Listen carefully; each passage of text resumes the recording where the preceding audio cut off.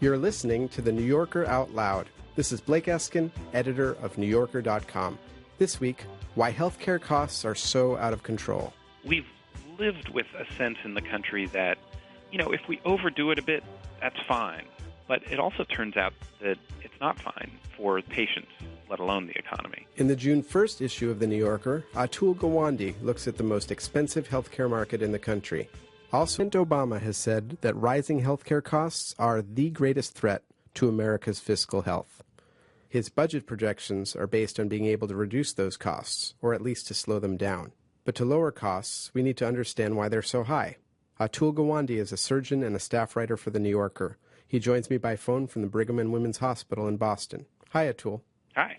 So, give us a sense of how the U.S. compares to other countries in terms of healthcare costs. Well, there's two ways to compare. One is we're clearly the most expensive place in the world for healthcare.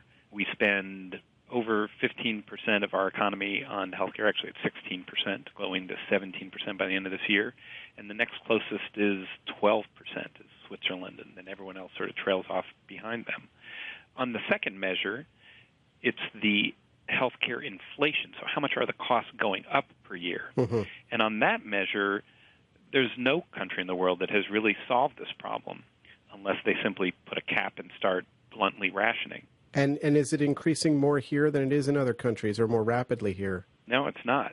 Europe, Canada, everybody is grappling with healthcare costs going up much faster than inflation, much faster than incomes are, and much faster than their economies can handle. And so the sense that anybody has got a system that has solved it, that doesn't turn out to be correct. But there are places in the country which are more expensive than others. And you went recently to McAllen, Texas. Tell us about McAllen and why you chose it.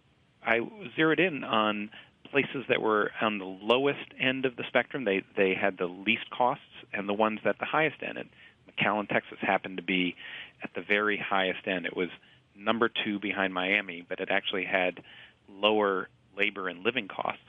So once you take that into account, it's actually the most expensive place for healthcare in the country. And what did you expect to find there? Did you think that, you mentioned Miami, and I think, Miami, there's probably a lot of old people there. Did you think there was some demographic reason? Did you expect people to be less healthy there, or were they getting better care there? What did you expect? I had no idea what I would find. I went there understanding what everybody was arguing was happening on the national scene. It's information technology, and we don't have enough of that, or that they were going to be really unhealthy, or that there's too many specialists and that kind of thing. And all of those just turned out to be not the driving force there. So then how did you decide to go about finding out what was going on in McAllen? I was at a bit of a loss, actually. My plan was that I would just try to meet with people who ran the hospitals and with the doctors and ask them. What was their explanation? All over the map. It's malpractice, they would say, or we just provide better service, or we have better quality than other places. There were others. For example, I write about the cardiac surgeon Lester Dyke, who introduced me around town. And he, from my very first conversation with him, said, there's a problem here. Medicine has become a business. People are out for the revenue. People are opening up their surgical centers and imaging centers and really driving a process that's about, not doing the completely wrong thing, but not doing the completely right thing either. That is, given a situation where a patient needs help, you do everything you can that's profitable. And as you looked around, did his theory sort of bear itself out? When I first talked to Dr. Dyke, I was like, okay, yeah, he's got some kind of bone to pick with somebody around here. Mm-hmm. And so I kind of dismissed it. Right. It sounds like the kind of thing a lot of people who aren't doctors might say. Yeah, but also some doctors, in any medical community, I'll meet doctors who think the whole system's corrupt and there's a conspiracy to drive people out of business or to mistreat patients. But over and over again, I would hear from people saying, yes, there's something wrong with the way we've been treating people that's changed. They'd been there through the change, because the interesting thing is McAllen was not the most expensive place in the country a decade and a half ago. In the early 90s, they were right at the national mean. And so you'd meet the old-timers, and they'd say, yes, I'll tell you what's changed. Medicine has become a business here. And so what Dr. Dyke was talking about seemed to hold up. What happened in the last 15 years, and how did this culture of medicine as a business take root? And the interesting thing is they weren't really sure how it happened. They felt like the system had just kind of gone out of control. And in many ways, I think we feel that way in the country as a whole. You as a physician practicing are a cog in a wheel. You see your patients, and the care is increasingly specialized. You get this general sense that we're sometimes doing a lot more than we need to, and that we're not very good at making sure that prevention and some of the basic low-cost things, low-profit things are done.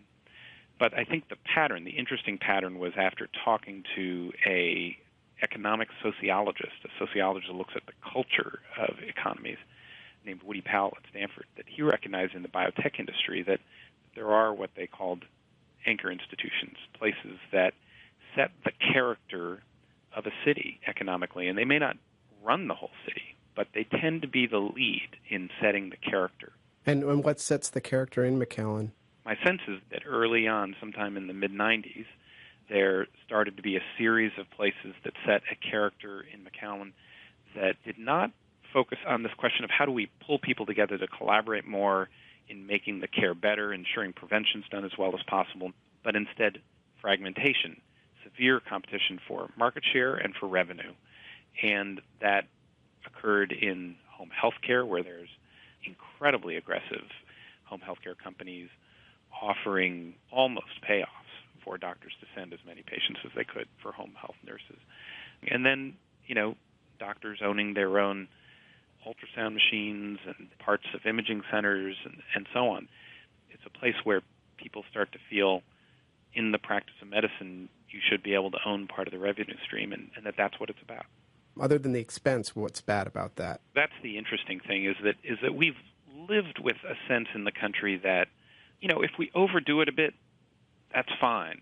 But it also turns out that it's not fine for patients, let alone the economy. So doing more tests doesn't necessarily make them better? That's right. So doing more tests, more surgery, more specialist visits has risks associated with it. We know that every time we do tests and procedures, there are complications, and there's a direct risk from many of these things. And when the benefits are unclear, the risks can begin to outweigh the benefits. Now, you also talk about Rochester, Minnesota as a place that's the home of the Mayo Clinic with a very different medical culture than McAllen, Texas. Rochester, Minnesota is a place that is in the bottom 15th percentile of spending in the country, where McAllen spends $15,000 per person per year. They spend less than $7,000 per person per year on health care, and they get very high-quality results. And I had visited the Mayo, and the lesson they found is that a focus on how to bring teams to work collaboratively on identifying the best possible way to meet the needs of the patient led them to higher quality and, almost by happenstance, lower costs. So why does it make a difference when physicians work together? Yeah, so the striking thing was watching people get care at the Mayo. I watched a colleague of mine see a patient with colon cancer who had lots of problems, diabetes, cardiac problems, and so on. They needed surgery, but they also needed to get those issues sorted out, and so he just called the other doctors on the phone. The cardiologist actually walked down and saw the patient with him.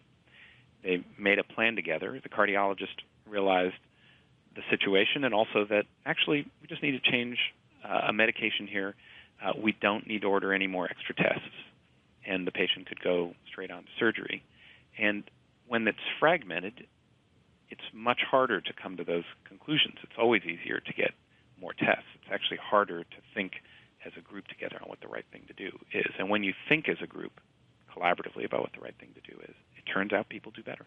And so, you could say the Mayo Clinic is a unique institution, but, how do you manage to spread that culture around the country? The Mayo has a 140-year history of trying to do things this way. They've built a system that is devoted to it to the point that they explicitly blunt the financial incentives of the physicians to overtest by paying them on salary. They more or less require everybody to meet together collaboratively. And then the interesting thing was they were able to export it. They have over 22 hospitals now. One of them's in Jacksonville, Florida. Florida is one of the most expensive states in the country for health care. And that system then became just as high quality, low cost as in Rochester, Minnesota. So does this, all come down to creating the right financial incentives or disincentives for individual doctors? Yeah, the focus we have nationally in this debate on what we do about health reform is, are we going to do a public option, or is this going to be private insurance companies that are running the system? And the reality is that it's almost an irrelevant discussion. Neither the private insurers nor Medicare have succeeded in constraining healthcare costs, and it's bankrupting our whole economy as a result. The costs come from how doctors make decisions. Different communities around the country have done better at leading those physicians to both work in ways that blunt the financial incentives that cause overtreatment and undertreatment, and then also get away from a more fragmented system where the doctors are not connected together in ways that lead them to collaborate on care. Mm-hmm. So how do you think Obama's health care plan could go about promoting these incentives? There was $19 billion for healthcare information technology that was passed in the stimulus package. Giving a bunch of doctors, giving me, a brand new computer system won't do anything to save money or improve quality unless you are part of a system of care where information is being shared in ways that help the patient actually get better preventive care, better treatment, and so on. And so, another approach would be to not provide that funding for, my new computer unless I'm part of an organization like this. Have you started doing anything differently since coming back from McAllen? No. I guess it did make me do one thing. I came back from that trip, and I've been much readier to get on the phone and talk to fellow physicians, and I did that just today on a young patient with a cancer that's very rare, and her mother called me because the oncologist that I sent them to had ordered 5 different tests, and she said, does all this stuff really need? And I was surprised that all those tests were ordered because I didn't think that they were quite needed. And so instead of just saying, well, do what they said, I called up the physician and we had a chat. And I said, she has this tumor, but it's actually much, much less aggressive than they usually are, and maybe just sit down and talk with them and sort out what's needed, but I doubt you're going to need all those tests. And actually, that's what ended up happening. So maybe it is starting to bleed into a little bit of what I'm doing. All right. Well, thank you, Atul. All right. You can read Atul Gawande's story on healthcare costs in the June 1st issue of The New Yorker and on